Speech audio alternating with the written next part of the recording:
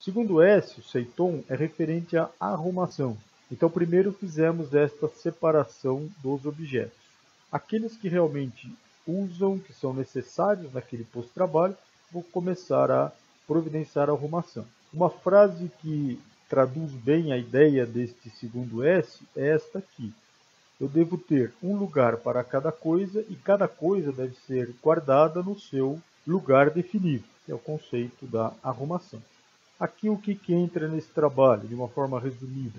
Classificar e etiquetar cada objeto, selecionar e identificar a localização de cada objeto, definir frequência e quantidade ideal, mínimos e máximos para todos os itens, porque muitas vezes temos objetos que realmente usamos naquele posto de trabalho, mas tem uma quantidade grande, por exemplo.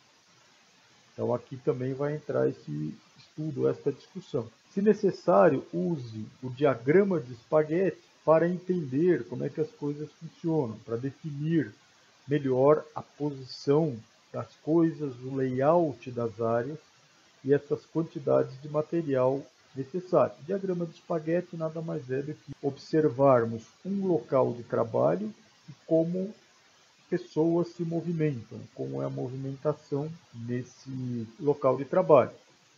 E aí comparamos este deslocamento de pessoas, identificamos desperdícios que são excessos de deslocamento e vamos procurar ajustar o fluxo de materiais, o fluxo das tarefas, o fluxo do processo com o fluxo de deslocamento das pessoas. Como resultado da aplicação deste segundo S, referente à arrumação, o que temos?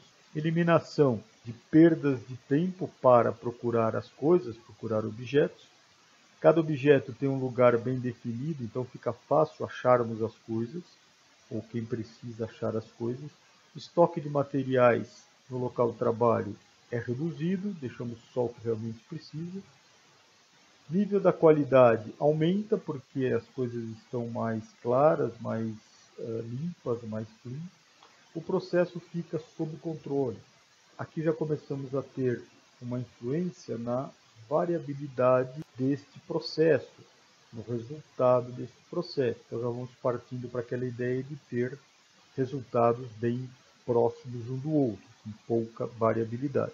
Basicamente a ideia do segundo S, que é a arrumação, seria essa, a gente ter áreas arrumadas conforme a situação, conforme as suas características, mas temos que ter aí um nível de arrumação bom. Terceiro S é referente à limpeza. Então, primeiro, separamos os materiais, ou tiramos os materiais, os objetos que não usam naquele posto de trabalho. Depois, organizamos aqueles objetos que a gente precisa. E agora, o terceiro ponto, o terceiro senso é trabalhar a limpeza do que ficou na área.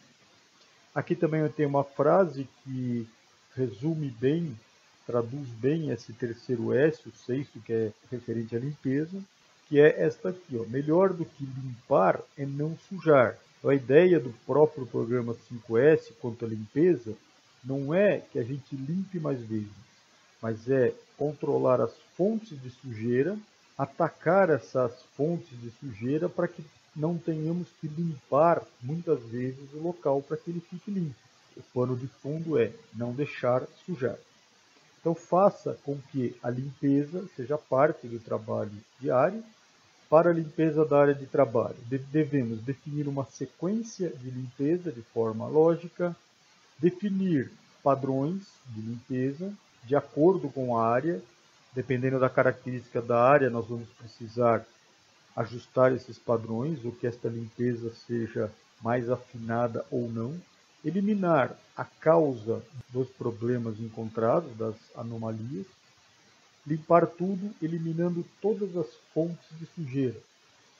Destaque todas as anomalias através da limpeza e do controle.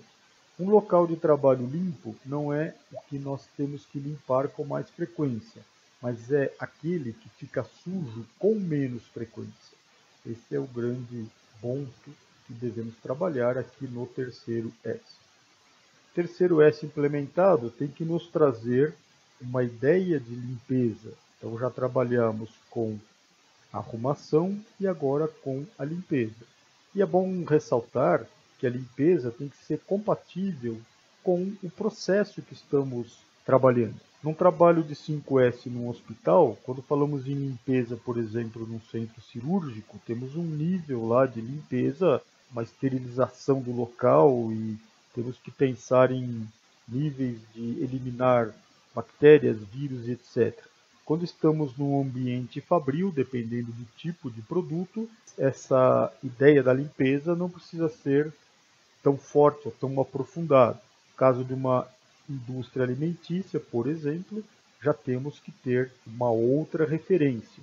O quarto S é relativo à saúde e higiene dos locais de trabalho, ou das pessoas, né, que vão trabalhar naqueles locais. E aqui entra forte a ideia de padronização. A padronização é o ponto-chave para alcançar o sucesso dos programas 5S. E para isso precisamos ter envolvimento e engajamento das pessoas, compartilhamento das suas experiências vai ser necessário nesta fase, as pessoas têm que trocar ideias, discutir, definir procedimentos padrão para as tarefas, para o trabalho que tem que ser feito em relação a esta questão de limpeza e organização, definir regras claras que são necessárias para garantir a implementação do 5S como parte do trabalho diário, quer dizer, todo dia temos que ter algum tipo de tarefa relacionado ao 5S, guardar as coisas nos devidos lugares, manter a limpeza ou limpar e assim por diante. Use gestão visual para acompanhar a evolução das soluções propostas, comunique os novos padrões e atividades realizadas para todos. Então esse quarto S, ele vai trabalhar fortemente na questão da padronização, e aí devemos pensar que a padronização resultante dos 3S anteriores, e também tem esta visão de melhorar condições de saúde e higiene dos locais de trabalho, para que as pessoas se sintam melhores, tenham um bem-estar melhor, não tenham problemas de saúde e nem problemas com higiene no local.